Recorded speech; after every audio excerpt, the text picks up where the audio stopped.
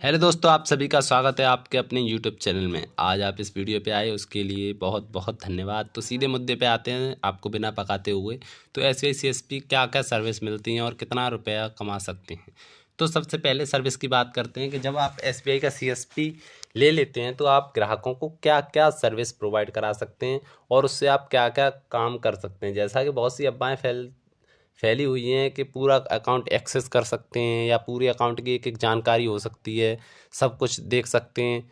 तो मैं आपको साफ साफ बता दूं कि एसबीआई सीएसबी में क्या क्या काम मिलता है। एसबीआई सीएसबी में सबसे पहली बात तो ये कि आपको अकाउंट ओपनिंग मिलता है।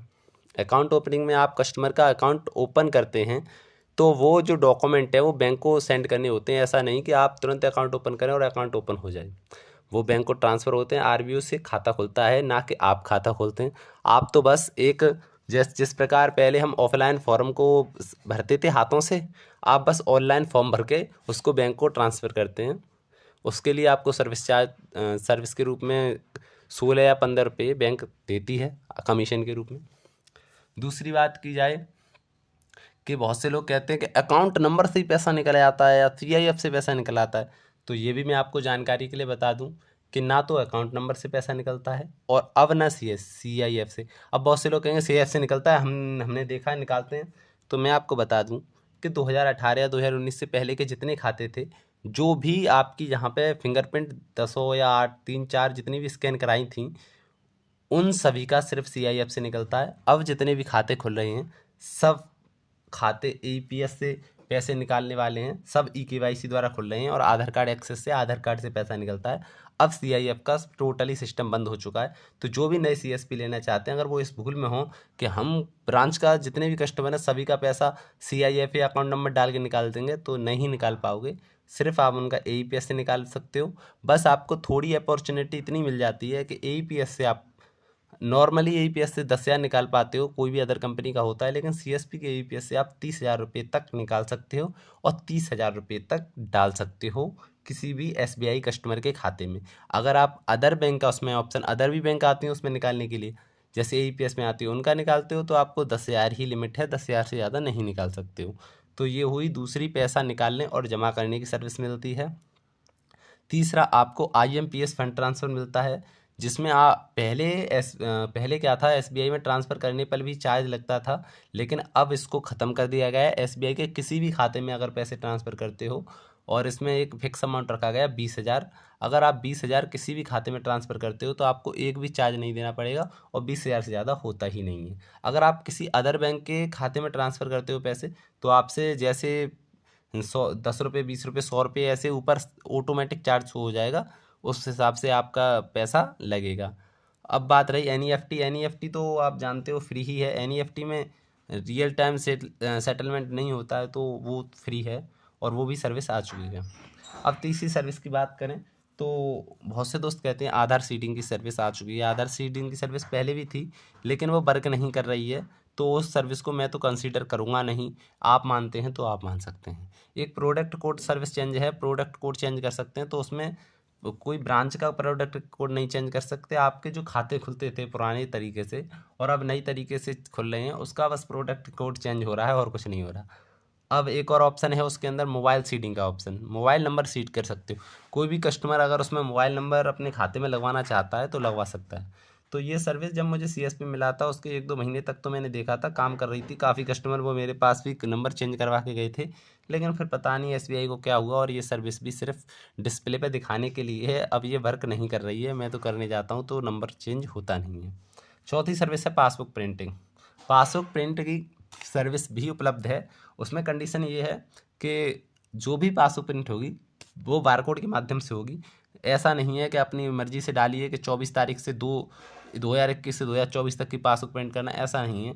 जो भी लास्ट टाइम पे उसकी एंट्री हुई है, जैसे ही बारकोड स्कैन करेगा ऑटोमेटिक उसके आगे ही एंट्री होगी। अपनी मर्जी से नहीं कर सकते हो और उसका भी एक लिमिटेड कमीशन है। जैसे 4 या 5 बार प्रिंट करोगे महीने में तो आपको कमीशन मिलेगा। उससे ज़्यादा बार करोगे तो आपको उसका भी कमीशन नहीं मिलेगा। पांचवी सर्विस कहते हैं आप एटीएम कार्ड इशू करा सकते हो और एटीएम कार्ड ब्लॉक करा सकते हो, ये भी सर्विस है उसके अंदर। और आप चेक बुक भी इशू करा सकते हो उसके माध्यम से। और एक सर्विस उसमें है लोन डिपॉजिट, जो कि अभी कुछ दिन पहले आई थी। उसमें क्या था कि कोई भी कस्टमर जो आपके ब्रांच का है, जितने भी लोन ऐसे हैं डिफ़ाल्टर या लोन जो लोन जमा नहीं कर रहे हैं, उसकी लिस्ट डिस्प्ले हो जाती है और उनसे आप लोन की रिक्वेस्ट करके लोन जमा करवा सकते हैं। उस पर भी एक अच्छा खासा अमाउंट, हैंडसम अमाउंट आपको मिल जाएगा।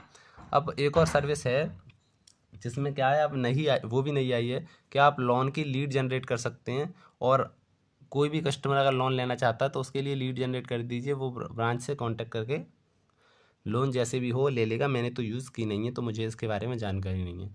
एक है आपके दुकान पर एक एटीएम मशीन में लग जाएगी छोटी सी, उस पर स्वैप करके किसी भी एटीएम से आप पैसे निकाल सकते हैं और कस्टमर को पैसे प्रोवाइड करा सकते हैं। और आपको उनका तो पता ही है कि PMSSY, PMJJY सुरक्षा बीमा योजना है, प्रधानमंत्री जो जीवन ज्योति योजना और प्रधानमंत्री सुरक्षा बीमा योजना, और साथ ही अटल पेंशन योजना की भी सुविधा उपलब्ध है, वो भी कस्टमर को आप प्रोवाइड करा सकते हो। अगर आपके पास किसी कस्टमर का अटल पेंशन योजना पहले से हो रखा है तो उसे आप बंद कर सकते हो। और सबसे लास्ट फ़ायदा ये है कि आप अपने समाज में, अपने आसपास के लोगों में अपनी रेपुटेशन बढ़ा सकते हो। और एक अच्छा SBI के जो व्यक्ति होता है उसकी अच्छी खासी रेपुटेशन होती है, और जो इतनी सर्विस हैं ये प्रोवाइड करा सकते हो। आपको ये भी एक फ़ायदा रहता है कि ब्रांच में अच्छा कॉन्टैक्ट हो जाता है तो 4-5 लाख या 10 लाख रुपए आप आराम से जब चाहे तब अपने खाते से निकाल के लेके आ सकते हो। जो भी आपका OD अकाउंट है उसमें बैंक मैनेजर आपसे कुछ भी नहीं पूछते हैं, सीधे आपका पैसा दे देते हैं। तो ये बेस्ट तो कस्टमर को ही देना है पैसा, वो भी जानते हैं। तो इतनी सर्विस मिलती हैं, इसके अलावा और कोई सर्विस मिलती हो तो जो भी हमारे भाई हैं वो कमेंट में हमें बता सकते हैं कि भाई इसके अलावा ये वाली सर्विस मिलती है। मेरे हिसाब से तो इतनी ही सर्विस मिलती हैं। अगर इसके अलावा और भी सर्विस आप कस्टमर को देना चाहते हैं तो इसमें BBPS की सर्विस हैं, कि रिचार्ज सर्विस, वो तो BBPS की CSP में मिलती हैं। Recharge, phone recharge, mobile recharge, DTH recharge, dish TV recharge, उसको तो मेरे हिसाब से कोई भी CSP यूज नहीं करता होगा। वो भी सर्विस हैं, मैं मानता हूँ इस चीज़ को। और अगर इसके अलावा भी आपको सर्विस चाहिए तो आप CSC को प्रेफर कर सकते हैं, CSC साथ में ले लें। तो उससे क्या है, CSC से आप जाति, मूल, आय वगैरह ऐसी सर्विस भी छोटी मोटी, पैन कार्ड वगैरह प्रोवाइड करा सकते हैं, क्योंकि खाता खोलते समय पैन कार्ड की आवश्यकता पड़ती है। और पैन कार्ड अगर आप दूसरी दुकान पर बनवाने भेजोगे उससे अच्छा है आपके पास CSC वगैरह है तो आप पैन कार्ड अपनी दुकान पर ही बना के अपने कस्टमर का खाता जल्दी से जल्दी खोल सकते हैं। तो इतनी सारी थी सर्विसें, अगर आपको अच्छी लगी हों SBI की सर्विस तो आप SBI का CSP बिल्कुल लीजिए। आपके ऊपर डिपेंड करता है कि SBI और भी जानकारी चाहिए SBI के CSP से रिलेटेड तो हमें कमेंट में करके बताइए। और एक्स्ट्रा जानकारी कोई ऐसी हो जो हम इस वीडियो में आपको नहीं बता पाए हों वो भी आप इसमें कमेंट करके बताइए, हम नेक्स्ट वीडियो उसी के ऊपर डाल देंगे। और लास्ट में हमारी एक आपसे रिक्वेस्ट है कि आप प्लीज़ चैनल को सब्सक्राइब कीजिए। पहले तो हम ऐसे कह देते थे कि सब्सक्राइब करना या ना करना आपके हाथ में, लेकिन दोस्तों आप तो बिल्कुल ही उसको सीरियसली ले गए और आप सब्सक्राइब ही नहीं कर रहे हो, बिल्कुल भी सब्सक्राइबर एक भी नहीं बढ़ रहा है दोस्तों। और लाइक लाइक भी कर दिया करो। लाइक मतलब लाइक करना ज़रूरी है, बिना लाइक के वीडियो में थोड़ा मोटिवेशन नहीं आता, इसलिए मैं तो वीडियो ही बनाना छोड़ दिया है। 1-2 महीने में एक वीडियो डाल रहा हूँ। धन्यवाद वीडियो।